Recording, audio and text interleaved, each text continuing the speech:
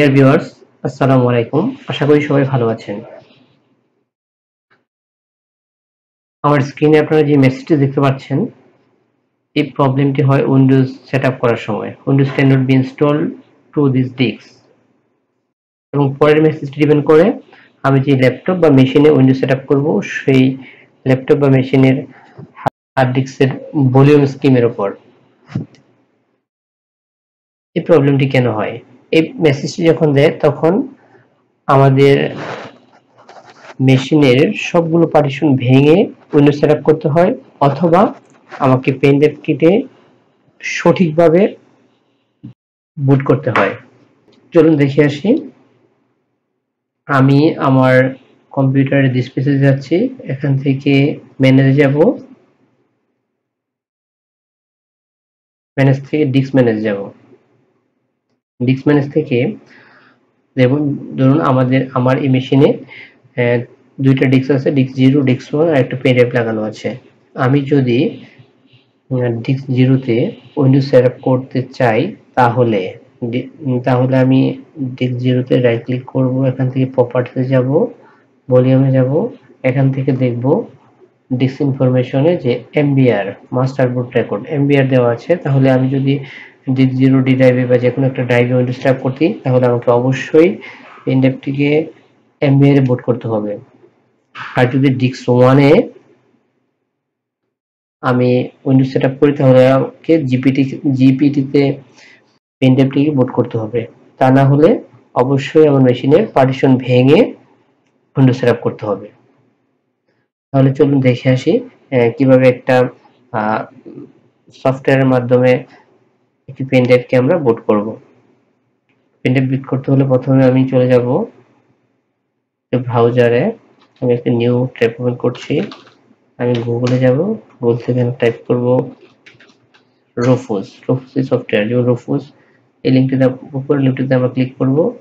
এখান থেকে আমরা ডাউনলোডে চলে যাব, ডাউনলোডে ক্লিক করব 3.8। এখন ইতিমধ্যে একটা ছোট সফটওয়্যার 1.3 MB সফটওয়্যারটি ডাউনলোড হয়ে গিয়েছে। ওকে, আমার মেশিনে সফটওয়্যারটি অলরেডি ইনস্টল করা আছে, আমি ইনস্টল করছি না। আমি এখানে চলে যাব RUFUS রুফুস, এটাতে ক্লিক করছি, ইয়েস করছি। দেখুন রুফুস সফটওয়্যার ইন্টারফেস দেখতে পাচ্ছি। এখান থেকে আইএসও সিলেক্ট করা আছে, আমি এখান থেকে আমার আইএসও ফাইলটিকে সিলেক্ট করব। দেখুন আইএসও ফাইলটি সিলেক্ট করলাম আমি। পার্টিশন স্কিম, এখানে আমরা দেখতে পাচ্ছি এমবিআর আর জিপিটি। যদি আমি ডিস্ক 0 তে উইন্ডোজ সেটআপ করব, যেহেতু আমরা ডিস্ক 1 উইন্ডোজ সেটআপ করব, সেজন্য আমি এখানে জিপিটি সিলেক্ট করে আমি স্টার্ট বাটন ক্লিক করলেই আমার পেন ড্রাইভটি বুটিং শুরু হবে। ক্লিক করলাম, আপনারা দেখতে পাচ্ছেন স্ট্যাটাস। কিছুক্ষণের মধ্যে আমার বুটিং শুরু হবে। একটি মেসেজ দিচ্ছে, বলতেছে অল ডিস্ট্রয়। পেন ড্রাইভের মধ্যে যদি কোনো আমার ইম্পর্টেন্ট ফাইল থাকে, তাহলে আমরা আগে থেকে কপি করে রাখবো। এখন ওকে বাটনে ক্লিক করলে আমার পেন ড্রাইভটি বুটিং শুরু হবে, আগের সকল ফাইল মুছে যাবে। দেখুন ডিলিট হয়ে গিয়েছে।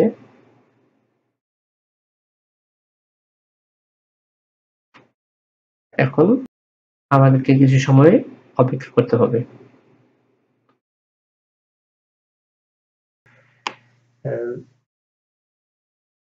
প্রায় 90% বুটিং কমপ্লিট হয়ে গিয়েছে। কিছুক্ষণের মধ্যেই পেন ড্রাইভটি বুটিং সম্পূর্ণ হবে।